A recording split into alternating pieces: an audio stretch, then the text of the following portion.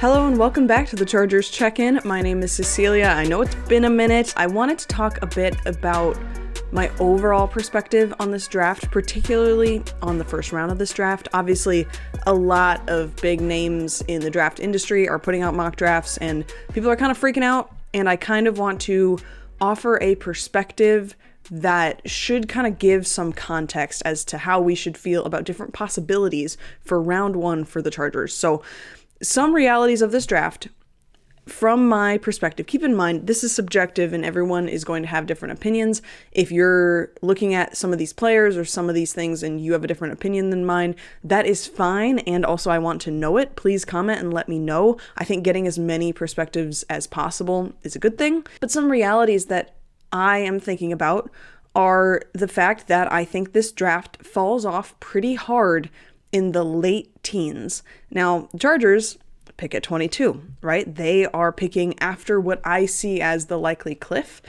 And what is making that happen so early in the first round is the fact that only one quarterback is likely to go, right? So the value of these picks is decreased a little bit in that sense. Normally quarterbacks are overdrafted, so it pushes down other great players. So it makes them more accessible later in the first round, if that makes sense. Dante Moore went back to school. Ty Simpson isn't really a pro-ready kind of quarterback. I'm not saying he shouldn't be drafted. He absolutely should. I think he can be a starting caliber quarterback, but he's not some guaranteed first rounder. He could be picked ahead of the Chargers at 22. He could go to the Steelers at 21. He could go to the Jets at 16. I mean, there are a lot of possibilities. Someone could trade into that range for him, but is he the kind of quarterback that teams want to trade for? I don't know. I probably wouldn't. And I think it, beyond quarterbacks, is a weak draft in general at the top.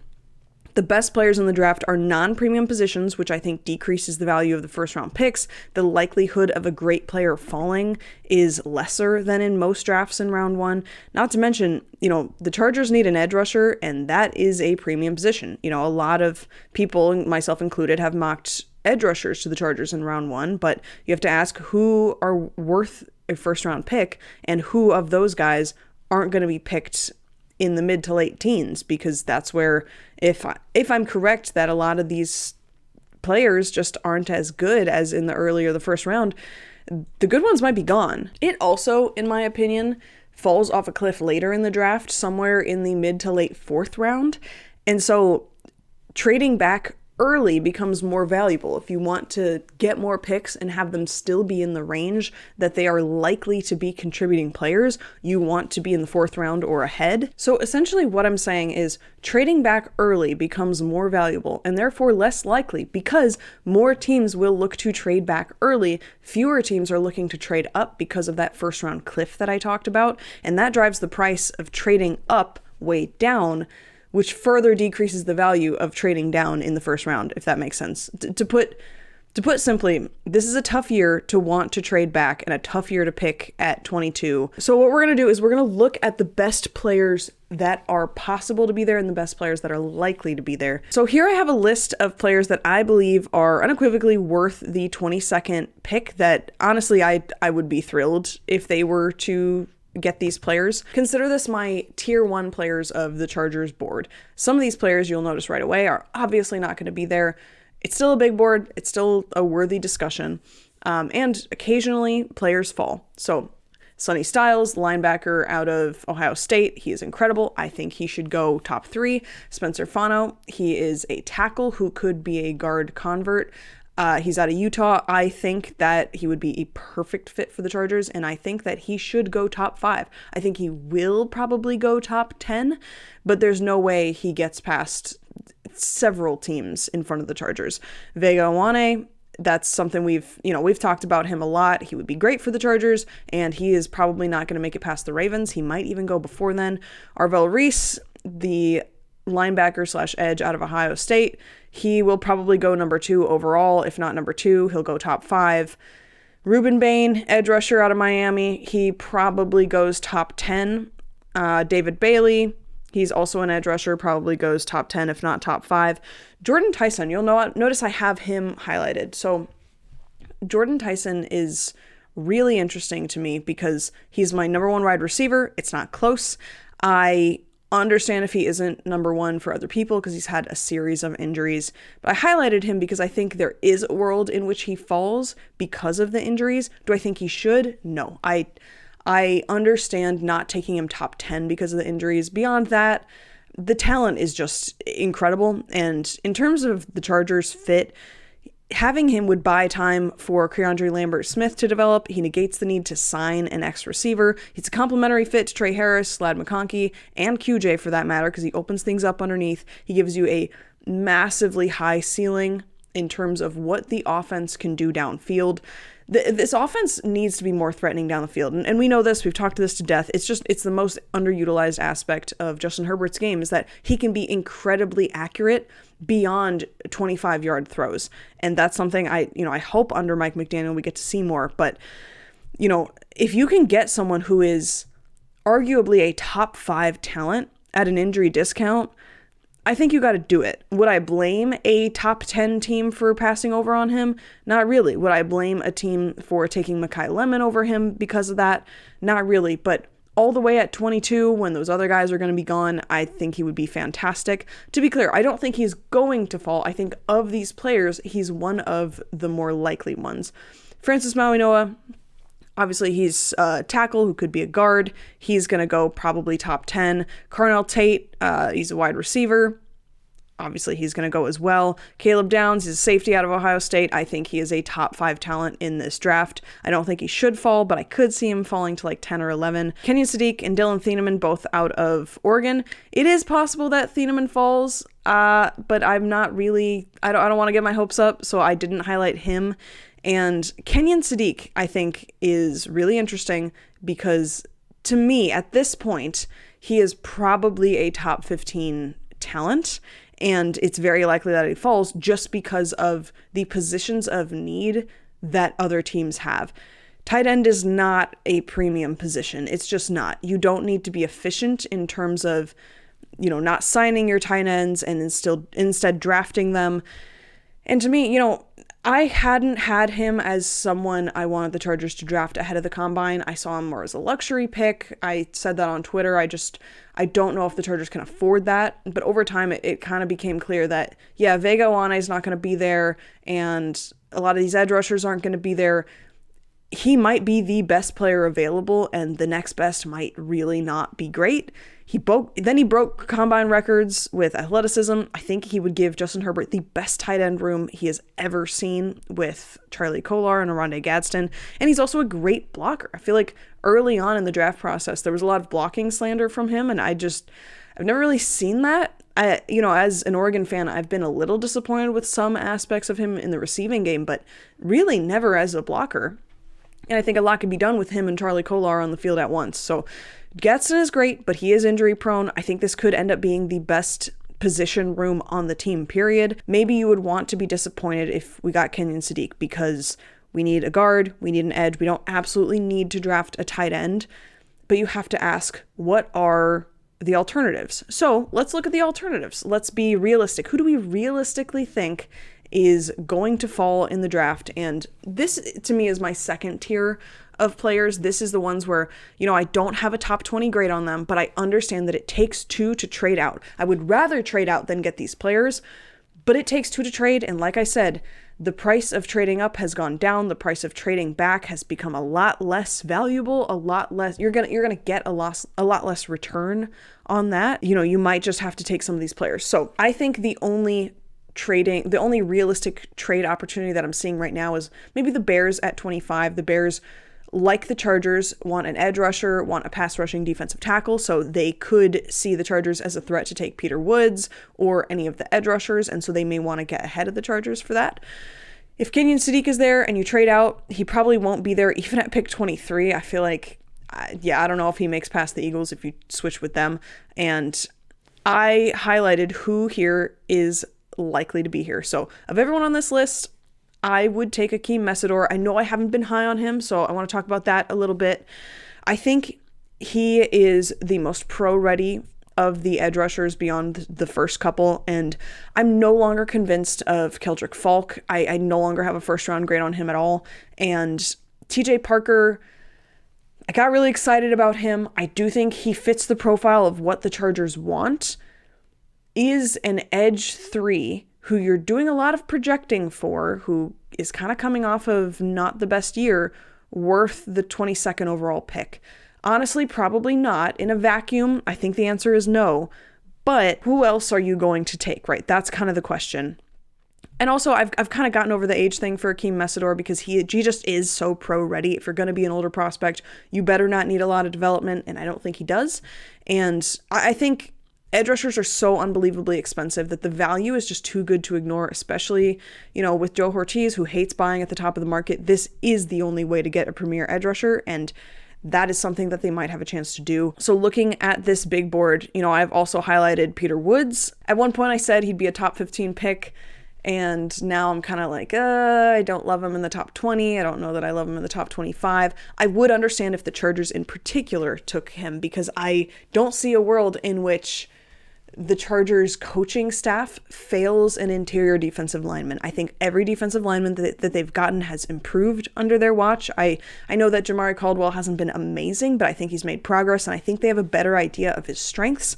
And obviously, T.R. Tart has been great under this staff, so I would understand getting Peter Woods, the really explosive pass-rushing type of defensive tackle, especially after signing Dalvin Tomlinson. I think that could be a great fit. Mike Elston will make him incredible, and I think it would make a difference on those third and long defensive situations. So his draft process has been weird.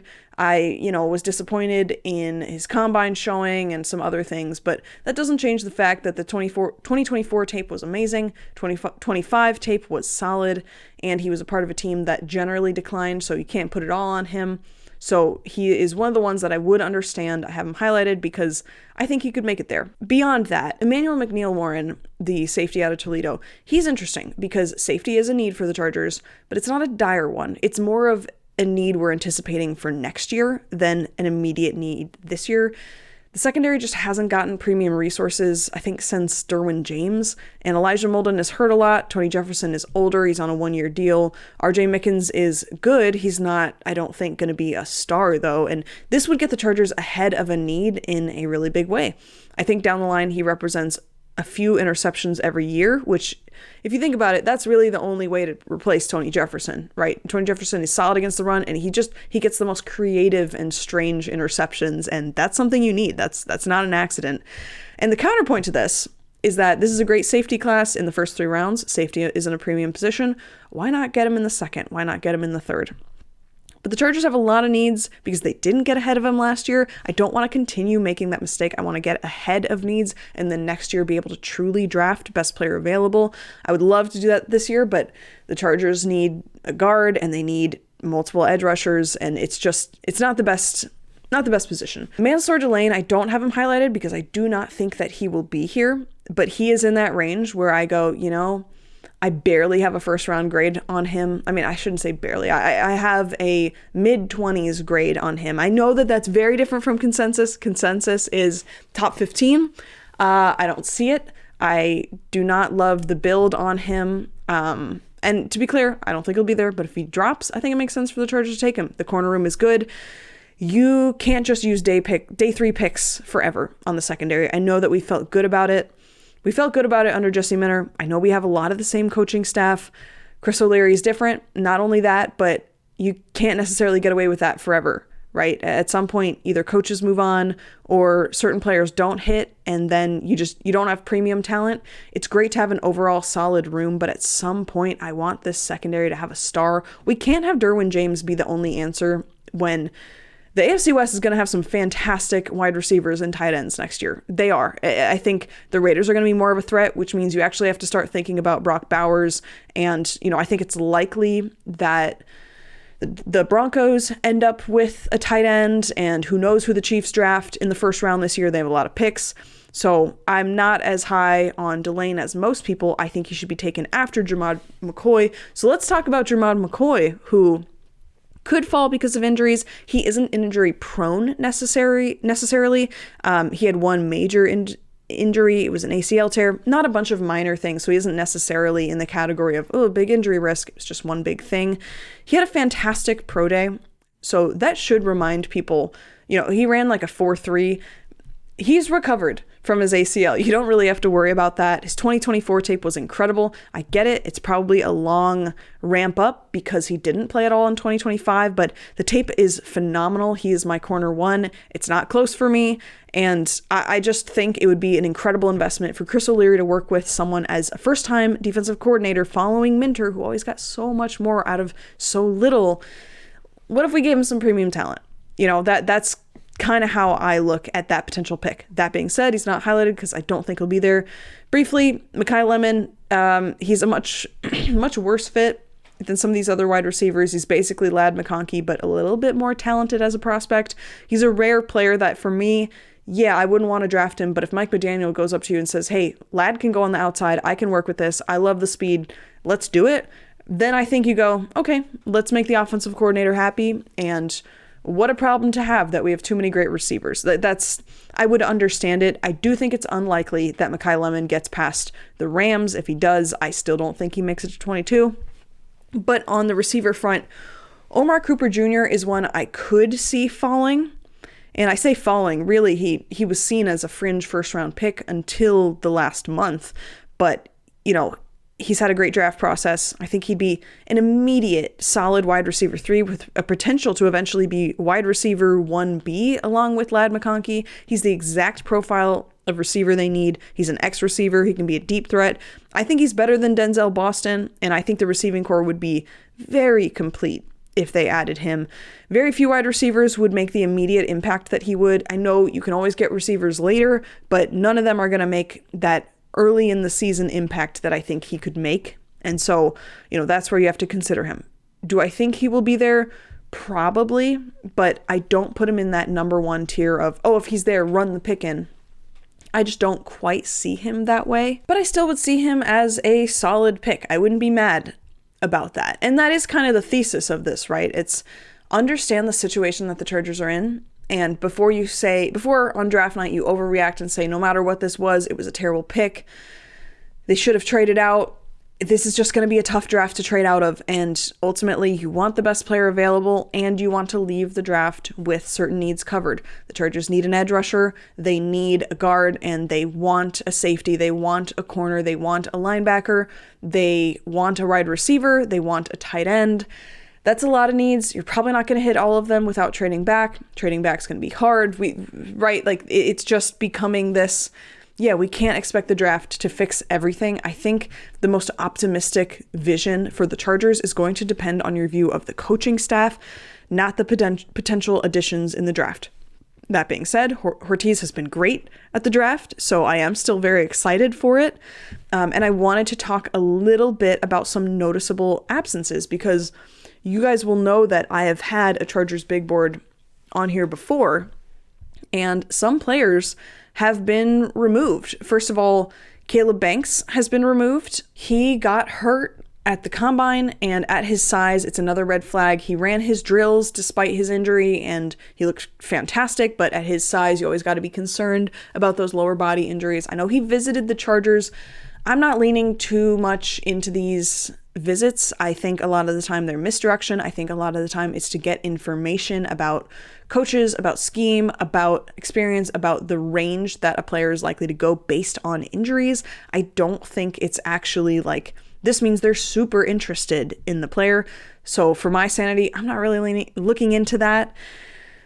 TJ Parker, I've also left off.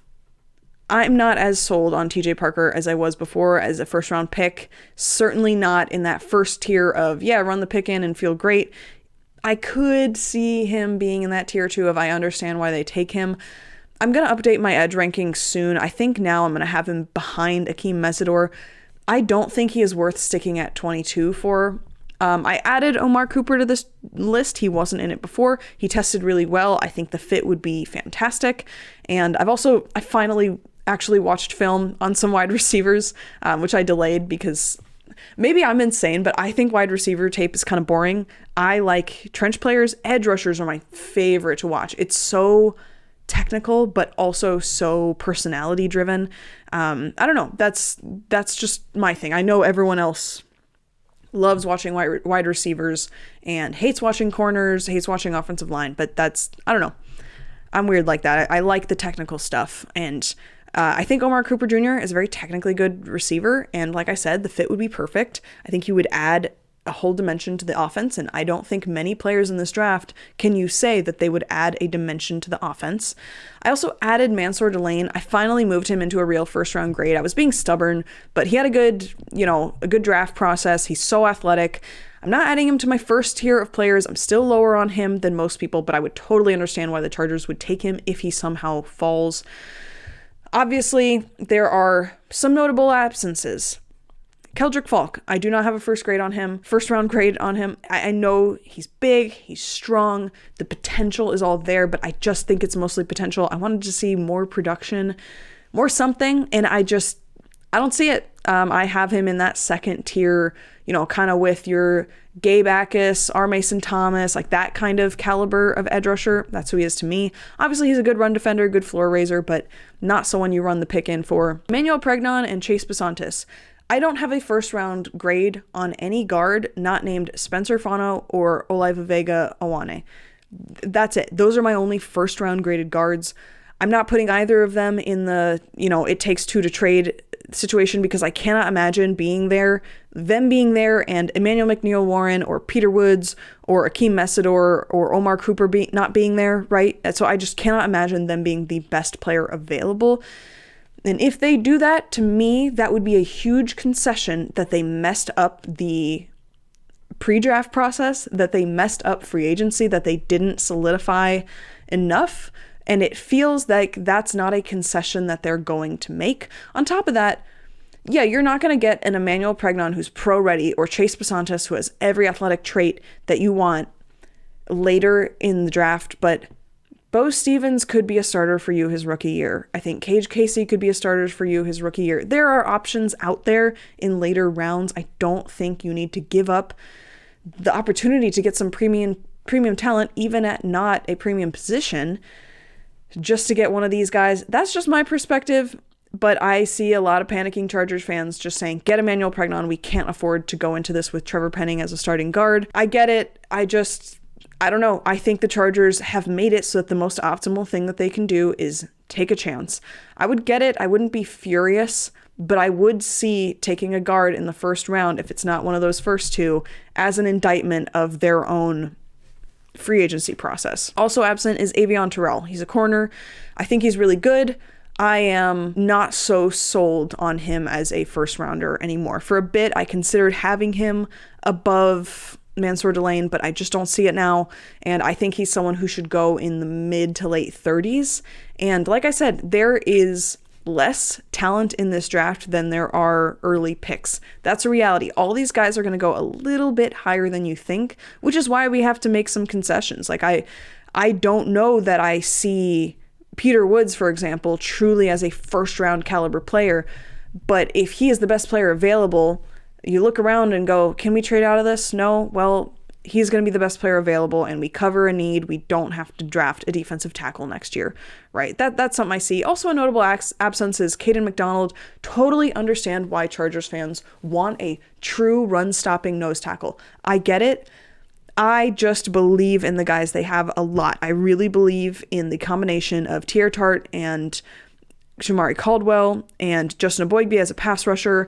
And I really see the vision for this room in a way that I didn't before Dalvin Tomlinson was in it. And I don't know that profile of player is worth your first round pick, but I'm open to other perspectives on the matter, of course. So this is a rough board for the Chargers. But the good news is I think the second and third rounds are really solid in positions of need. That tends to happen in drafts where you go, this is a really rough draft. Usually that means the first round is rough or the quarterbacks are rough. Both are the case this year. But more often than not, the second and third rounds are the same. Like they're going through the same college programs. Honestly, these players, because of COVID, have been in college for even longer. You're going to have a lot of people who know football better and are just a little bit more developed than in previous years because of that, not to mention the transfer portal. These guys are getting more playing time because if they don't get playing time, they go somewhere where they can. And then, I know that people think you got to stick to a program and commit to development, but playing time develops you, right? That's my philosophy. If you want to get good, you have to play. So My point is that I don't think we need to panic if they don't get an amazing edge rusher or an amazing guard in the first round. There's plenty of guys later. You can always trade back from the second round into multiple late second round and third round combinations, which I think is a viable thing to do. We just also need to be prepared for them to overdraft someone in the first or second round, because there is going to be a run on these positions earlier than in most years because of the lack of quarterbacks and lack of first round talent. The biggest risk, I think, is a possible run on edges in the second round, because yes, there's a high volume of talented edge players, but if you want someone who can make an impact in their rookie year, that list dwindles a little bit. So I'm going to put out my final rankings in a variety of positions soon. My next draft ranking video will be corners. I already have most of the rankings done. I just want to solidify some guys on the back end. My question to you all is this. If the Chargers in the first round don't get a great guard or don't get a great edge rusher, that's just not how the board falls, and it doesn't make sense for them to go that position, would you rather they get a great lockdown corner like Jermod McCoy or a great X receiver like Omar Cooper Jr.? What do you think they should do, and what do you think they're more likely to prefer in the McDaniel and O'Leary era? I think in that case with these players, I'd probably lean toward Jermod McCoy, but I'm not sure. I would love to see the Chargers with a true X receiver. It's been some time since we have seen that, so let me know what you guys think. I really appreciate you guys for being here. Like and subscribe if you've liked what you've seen, and I will see you guys next time.